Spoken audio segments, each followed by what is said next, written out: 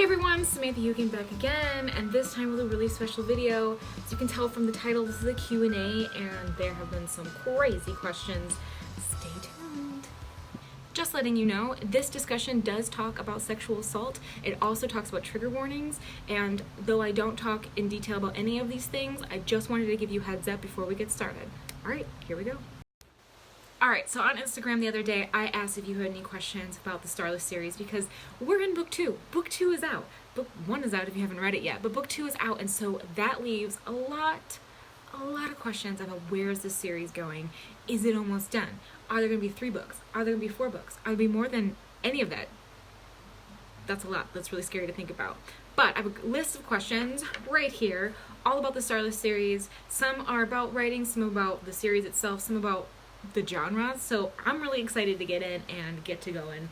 Here we go. Alright, first question. When you write a series, do you already have an idea of what is going to happen in each book? Do you know how it's going to end? I wish I could say that I've thought it all out. I wish I could say that I knew the ending. I will say this. A million years ago, I already knew the end. Like, I have got the scene written. I have got where everyone's going in my mind. I don't know how I'm going to get there. But I know. I know a little bit. I know enough to keep it interesting for me, but I also am not that person that plans everything out. I know. It's nuts when you're writing multi-books and multi-perspectives. But it's worked out for me, and I love it, and with the help of my team supporting me and having all of their input, trust me when I say, like, it's gonna get good, but no, I have no idea what's gonna happen. Alright, so, next question. How did you come up with the idea for Seleucia and its culture? Honestly, again, I had an idea of what I wanted. I knew what I didn't want in relations to, I wanted it to be a culture and a society that was almost the opposite of Earth, if you will. There's so many cultures on Earth that I picked bits and pieces that I admired, bits and pieces that I didn't, and threw it all in Seleucia. So a lot of the clothing and the food could maybe be considered Middle Ages, but the Middle Ages sprinkled with some Mediterranean zest. I don't know, because I love bright colors. It all just came together of what I wanted the message to be. And the message is that they are accepting, that they are educated, that they are loving. And that's not what we see today in our world. And I really wanted that to be like the goal, whether that is the goal, stay tuned. But that's kind of the preface and like where I came from that. The culture itself, they're old as shit. So they've made their youngling mistakes, if you will, a long time ago, kind of like how in the United States we're only 200-ish, I can't do math, like forgive me, but we're young in terms of like culture and society. They're not. So they've made their mistakes. They've kind of formed a history that has given them tools and tips and tricks to deal with whatever gets thrown their way. So I kind of liked that idea and have that be the census of everything that they do and how they are in the galaxy. So I hope I answered that question. Fiction still has a lot of gender norms and stereotypes. How do you avoid that? I have a master's degree in women and gender studies, so I guess you'd say I'm learned.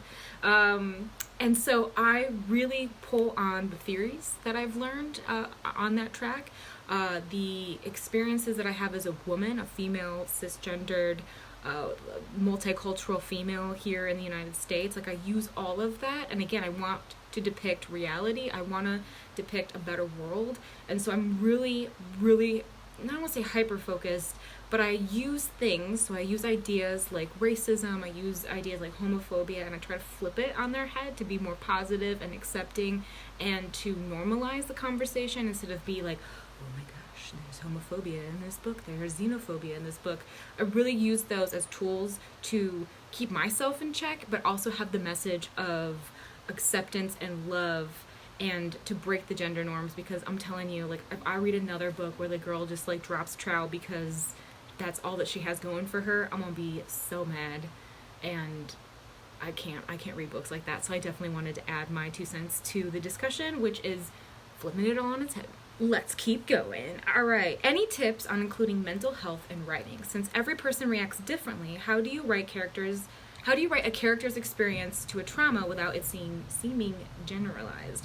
Really great question. Hannah Bauman and I have done many workshops over the last year or so talking about mental health and how to depict mental health and trauma. So as a therapist, I call on what I would use, I guess we'll say, the tips and tricks that I would use when I'm meeting a client. Every client is different, therefore every character is different. So when I am talking about a character, I see them in my mind. Like, they're real humans to me. So how they react is how they react, down to the thoughts, down to the mannerisms. I did know going in that each character would represent a different diagnosis and a different way of being in the world, so that was really helpful to have in mind about, like, Kane, for example. She suffers from anxiety, but Melissa has PTSD from all of the shit that she had to deal with.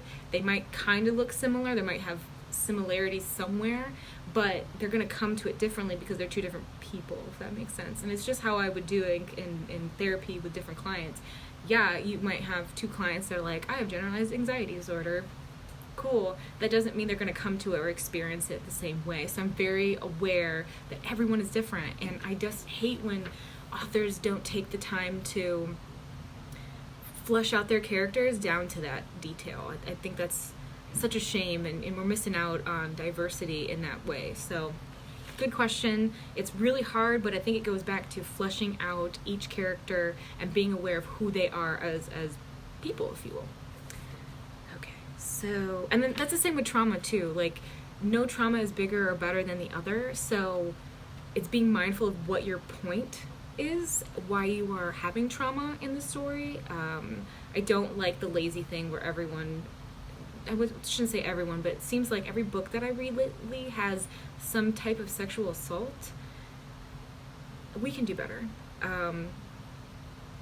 I'll save that for another video, because I have thoughts on sexual assault, which is another workshop that I have shopped around on different cons and conferences and stuff, and I'm very passionate about being realistic in a way that is helpful, not hurtful. Okay, so hold that thought, and I will definitely be making a video about that shortly. Talking about trauma, trigger warnings are a touchy subject. Should every author include one if there is sexual assault, abuse, etc.? Or is that left on the reviewers? How do you decide for your own book? I think trigger warnings are very special and needed. I don't think they need to give away the plot or what's going on, but I do feel that they are just effing needed. Like, I was reading a romance book the other day, and it was pretty good. Like, I was into it. I liked the characters. I liked the idea. I really, really was interested in the storyline. But I'm going to be honest with you. There was a sexual assault that just came out of nowhere. Out of nowhere. And I was like, oh my God. Wouldn't say I was traumatized. It definitely took me out of the story. So I think having a trigger warning or having a Dear Reader letter at the beginning of a book or a movie or whatever is not only like just respectful to your viewers and readers, but it's necessary, I think, in today's world. I mean, there are so many people that are affected by it, and to not have it just seems like just a waste. Just an opportunity missed. Like, if we're going to start talking about these things realistically, then we need to be upfront and be like, this is what's in this book. So I realize there's still a lot of questions left, so this is going to be part 2, y'all. This is part 1. Part 2, what am I saying? Part 1 of this questionnaire, so tune in next week when I go even further, because there's some good ones. Alright, see you next time.